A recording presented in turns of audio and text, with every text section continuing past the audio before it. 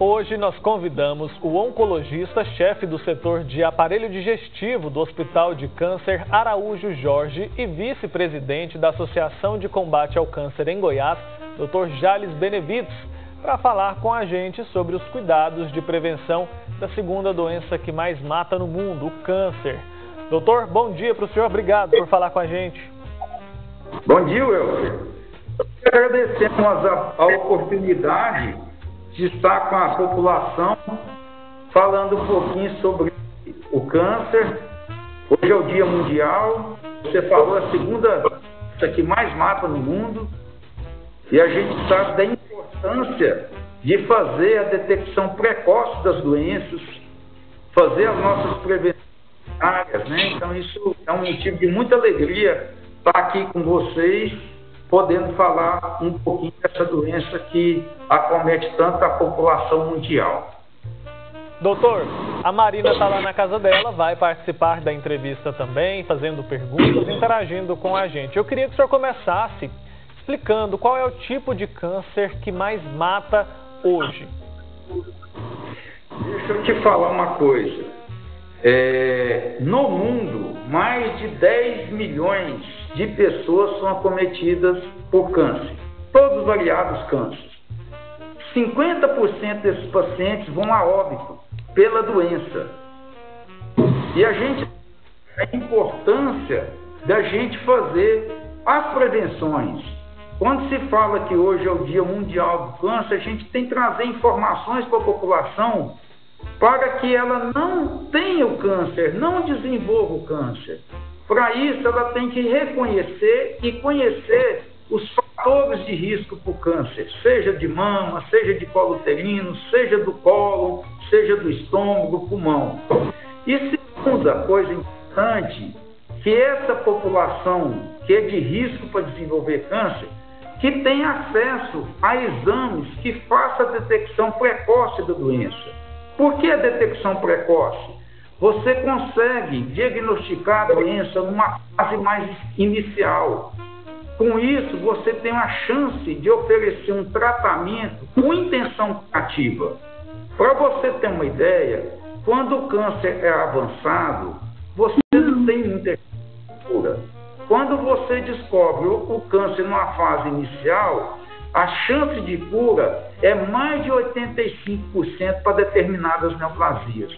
Por isso que é importante hoje a gente falar em prevenção.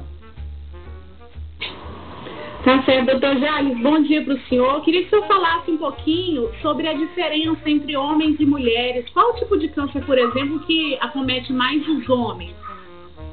Veja bem, disparadamente, o câncer mais comum no homem é a de próstata.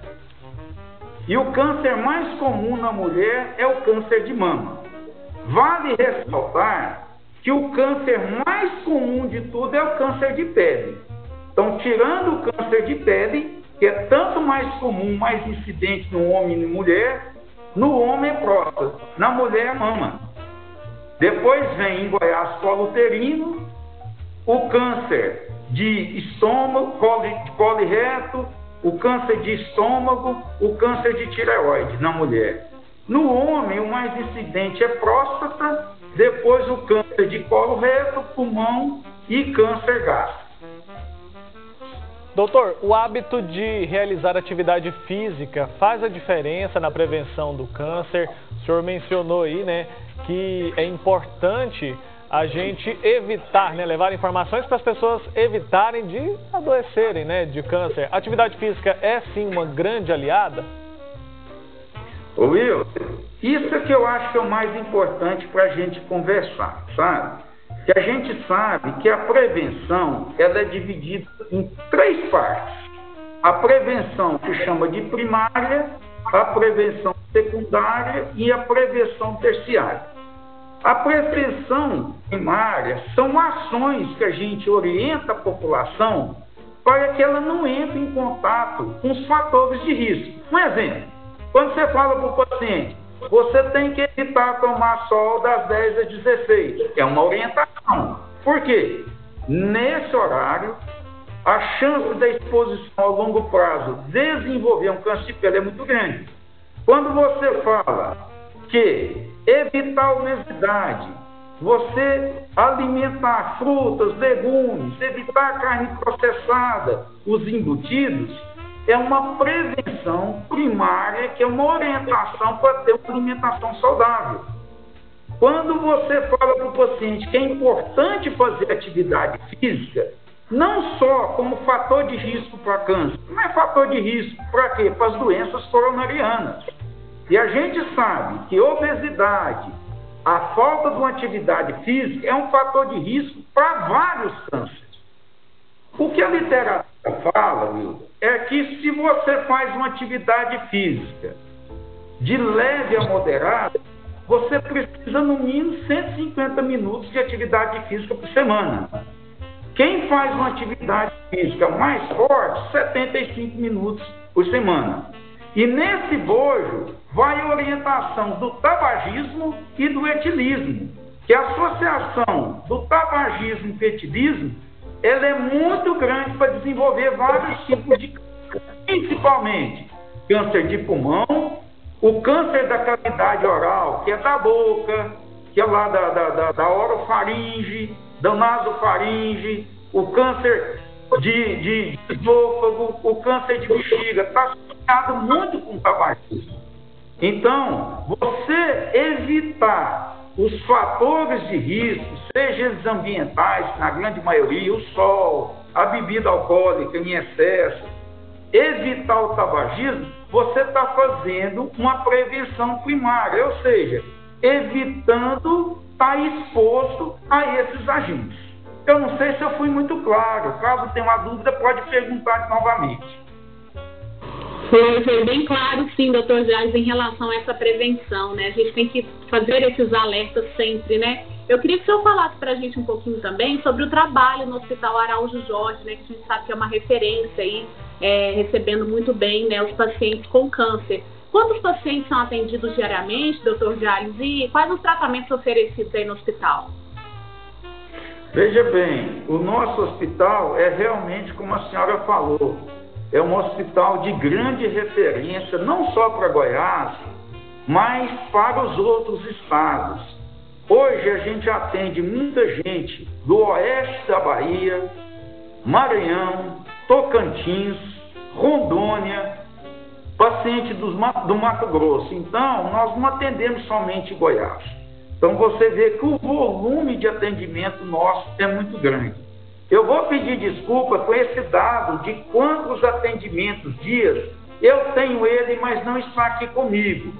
O que eu posso dizer para vocês é que nós fazemos 1.100 cirurgias por mês. O nosso atendimento ambulatorial é um volume muito grande, mas depois eu posso passar esses dados com segurança para vocês. Quanto de radioterapia a gente faz no ano? Quantas 1.000 quimioterapias nós fazemos? Quantas a quantidade de tratamento de radioterapia? E também nós oferecemos aqui no Hospital do Câncer um tratamento chamado de paliativo, ou seja, aqueles pacientes que não têm condição de fazer um tratamento com intenção curativa, ele vai para o nosso GAP, que é um grupo de apoio ao paciente paliativo, formado por enfermeiros, psicólogos, médicos, assistente social. Eles oferecem esse tratamento em casa para esses pacientes, num raio de até 50 quilômetros. Doutor, só esse número que o senhor mencionou aí, né, da quantidade de cirurgias feitas por mês, já nos dá uma dimensão muito grande da importância do trabalho que vocês realizam aí, viu? A minha família tem um histórico, né? Muitas pessoas já tiveram câncer e a gente sempre ouve as pessoas dizendo que é importante fazer exames cada vez mais cedo, tomar mais cuidado, né? Até que ponto o fator hereditário, o fator genético pode influenciar? É mais a questão ambiental ou o fator hereditário realmente é muito importante? Wilder, excelente pergunta. Eu acho que foi muito bacana você colocar isso. A maioria do câncer, ele desenvolve ao longo da vida. com o envelhecimento das nossas células, com a idade mais avançada. Então, 90% dos cânceres está associado a fatores ambientais. O que é fator ambiental? Tudo que está no ar, na terra, no céu, tudo é um fator ambiental. Se você come errado, se você não usa muita fibra, come muita gordura, muita fritura, esses alimentos, eles são fatores de risco. O sol, a bebida alcoólica em excesso, o tabagismo, então são fatores ambientais. Se a população não se expor a esses fatores de risco, ela diminui a chance de ter um câncer ao longo da sua vida. E a gente também o tempo de vida que esse paciente teve e o quanto ele se expôs a esses fatores de risco. Por isso que é importante a gente falar isso para os nossos adolescentes, para os pais, para a família, porque possa orientar a população a evitar os fatores de risco. Na hora que você fala, você deve evitar, ter uma atividade física regular, uma boa alimentação com verduras, legumes, evitar a gordura, evitar os embutidos. Então, você está tentando modificar um fator ambiental. Então, 90% do câncer está relacionado com o fator ambiental. Geralmente, em 10% tem o fator genético, como o senhor mencionou. Uma história familiar, uma alteração no DNA das suas células, que essa alteração que você tem, às vezes, por um fator ambiental, ele pode acelerar o aparecimento da doença. Então, aqui a gente tem muito histórico familiar. A doença, câncer relacionada com a genética. Na genética, a gente não muda, mas a gente pode criar estratégias para detectar o tumor na fase inicial. Se eu sei que na sua família tem muito câncer de mama ou tem muito câncer de intestino, que várias gerações apresentaram esse câncer, então o médico capacitado, um oncologista, vai criar uma estratégia para que você, sendo rastreado, nós vamos rastrear o câncer numa idade mais precoce. Para detectar câncer? Não. Para detectar doenças pré-malignas e removê-las. Com isso, eu estou fazendo uma detecção primária. Um exemplo que eu vou fazer. A mulher vai lá, faz aquele exame simples, barato, que é o Papa Nicolau. Vai lá, faz uma colonoscopia, uma endoscopia, identifica uma lesão pré-cancerosa e remove. Nós estamos fazendo uma prevenção secundária. Então, o ideal para esses pacientes que têm uma história genética, primeiro que ele vá no geneticista, para ser muito bem orientado. Segundo, que ele comece a fazer os exames de rastreamento mais cedo, para que identifique lesões que possivelmente poderão evoluir um câncer. Certo, doutor Jales, fala um pouquinho mais para a gente sobre a importância desse diagnóstico precoce. Muitas vezes, a falta desse diagnóstico feito aí o mais rápido possível, ele é o entrave aí para um resultado positivo no tratamento? Muito. Veja bem, gente.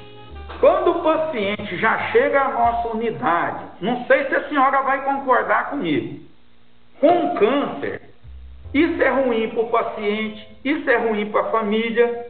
Para o governo que paga esse tratamento, ele é caro, esse paciente vai ser submetido a exame mais caro, ele vai fazer um procedimento cirúrgico e ainda mais, às vezes esse procedimento ele é mutilante, seja uma cirurgia na mama, seja a retirada de um órgão importante, perde a qualidade de vida, vai ficar com a bolsinha de colostomia, ou faz uma cirurgia enorme que retira essa qualidade de vida e vai fazer um tratamento complementar, ou seja, com radioterapia, ou seja, com quimioterapia. Então, isso é muito caro. como a senhora bem citou, a gente investir, o governo inteligente, ele investe em prevenção, porque é mais barato, a conta final é menor. Agora, desde que tenha uma política pública para fazer isso na população, identificar população de alto risco para câncer e começar a fazer o rastreio. E quando é uma população que não tem uma história genética, uma história familiar de câncer, esse rastreamento faz de acordo com a idade do paciente. É aí que nós vamos ter impacto na mortalidade. Nós vamos evitar um câncer, nós vamos tratar o paciente ou numa fase inicial, modificando a mortalidade do paciente. Por isso que o método de prevenção, ele tem que ter um custo-benefício bom, tem que ser barato, não pode ser caro. Segundo, tem que ter uma boa aceitação da população. O cara fala assim, não vou fazer esse exame, não vai fazer, não aceita fazer. Entendeu? Então, investir em políticas públicas, em prevenção em câncer, é tudo muito bom para todo mundo. Doutor, queria que o senhor falasse um pouco sobre a situação, né, do tratamento dos pacientes com câncer durante esse período de pandemia. Impactou, influenciou de alguma maneira? Demais da conta. Foi uma tragédia. Está sendo uma tragédia. Nós estamos há mais de um ano de pandemia. Eu não estou criticando o que foi feito durante a pandemia.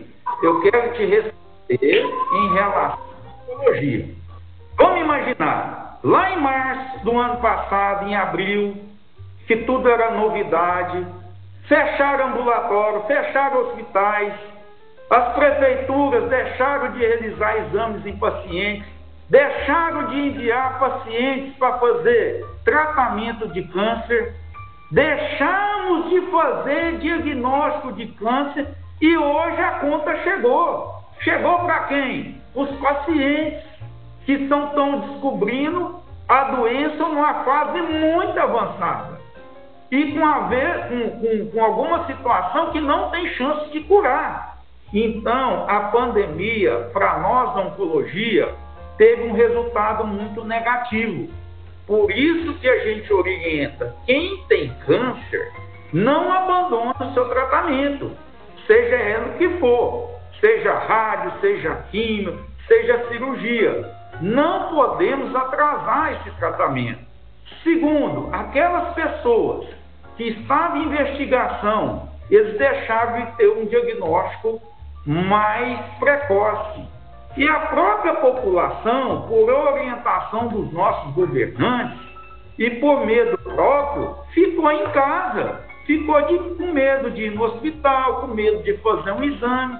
Então, foi multifatorial o fato de hoje a oncologia estar vivendo essa situação.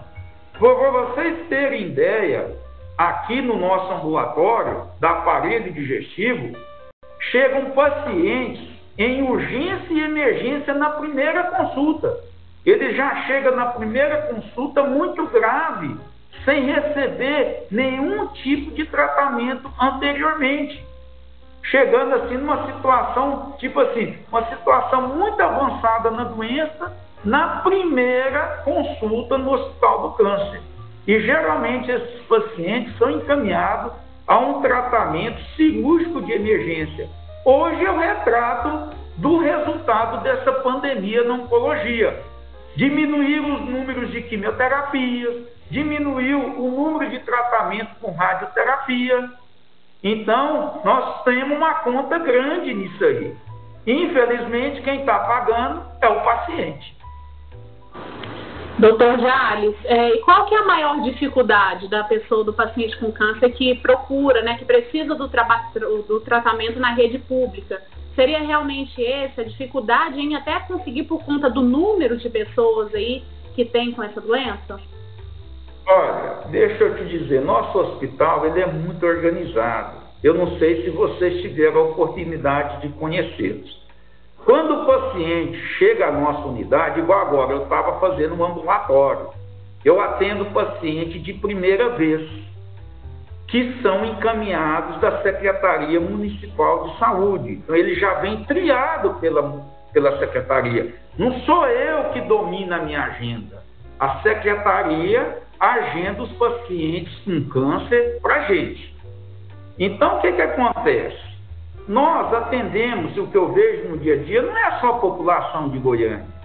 Nós atendemos a população de Goiânia, o interior de Goiás e os outros estados.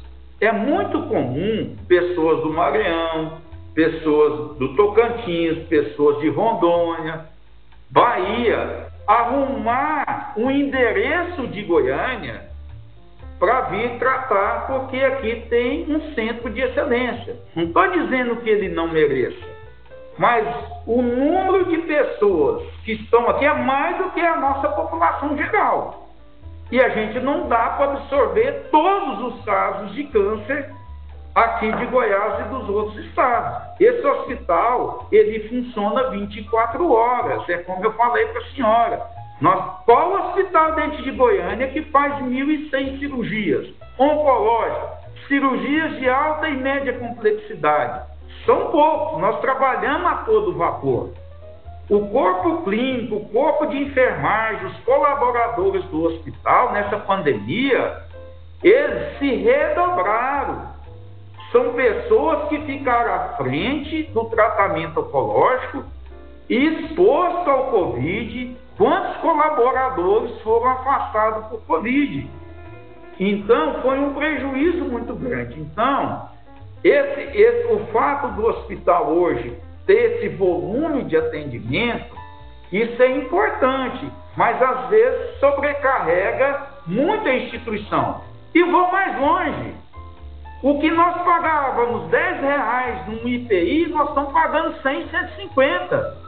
O que nós pagávamos R$25 num relaxante muscular, nós estamos pagando 150. Então, nossa conta está fechando em vermelho, porque as coisas não param de subir. Os MATMED, os EPIs, essa máscara aqui, eu comprava a R$2,50. Hoje eu pago R$15. Então, aumentou tudo e minha receita não aumentou. Por isso que o Hospital Araújo Jorge depende da sociedade, depende do poder público, depende das pessoas de bom coração, porque o hospital não parou. A gente tem gasto com nutrição, tem gasto com remédio, e tem dia que não tem dinheiro para pagar o fornecedor. Mas a gente está pulando que nem pipoca para dar um atendimento de qualidade aos nossos pacientes. É isso, eu queria parabenizar, viu, o senhor e a todos os profissionais da área da saúde, que são muito importantes e fazem, sim, um trabalho muito belo e sempre com muito amor. Agradeço, Dr. Jales Benevides, por conversar com a gente nessa data tão importante, né, uma data tão especial. Obrigado, senhor, e até uma próxima oportunidade, viu? Wilder, eu que agradeço em nome da Associação do Combate ao Câncer, em nome do Hospital Araújo Jorge, em nome do Corpo Clínico e da direção do hospital, e estamos à disposição a vocês da comunicação para qualquer dúvida, qualquer questionamento e qualquer orientação. Tá ótimo, um abraço para o senhor, viu? E agora a gente muda.